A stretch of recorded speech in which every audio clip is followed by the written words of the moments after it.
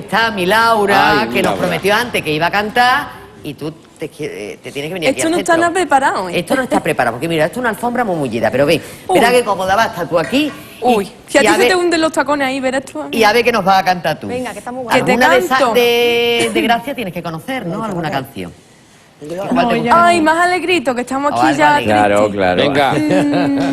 Maruja Limón. Hombre, Ay, eso por me parece Dios, muy una de bien. las canciones Pero tocarme más las emblemáticas de palmitas o Gracia. algo, que Hilario está ahí, nada más que Aquí habla, está. habla y está ahí sentado muy quieto, Ah, digo. No, Aquí porque te yo van a estaba hacer mirándote todo. tus ojos, cariño. Y los tacones que lleva, de Y los Manolo tacones, Blahnik. no ve aquí.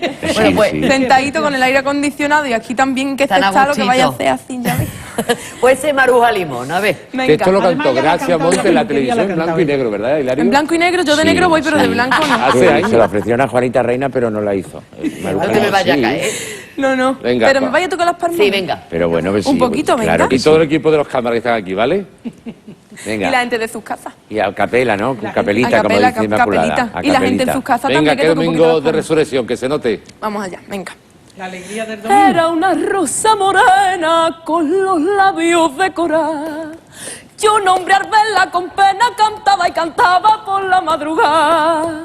¿Qué te pasa a ti en los clisos, Maruja Limón? Que se te han puesto pa' eso, Maruja Limón. Que tienes en la mirada, comenta grana, amarilla y con ojera, qué pena me da. Ya te he dicho muchas veces, Maruja Limón, que ese hombre me parece palomo ladrón. Como no pongas cerro en tu corazón. Ay, ay, ay, van a ser fuentes tus ojos. Maruja Limón, Maruja Limón, Maruja Limón, Maruja Limón, Maruja Limón, Maruja Limón, Maruja Limón, Maruja Limón.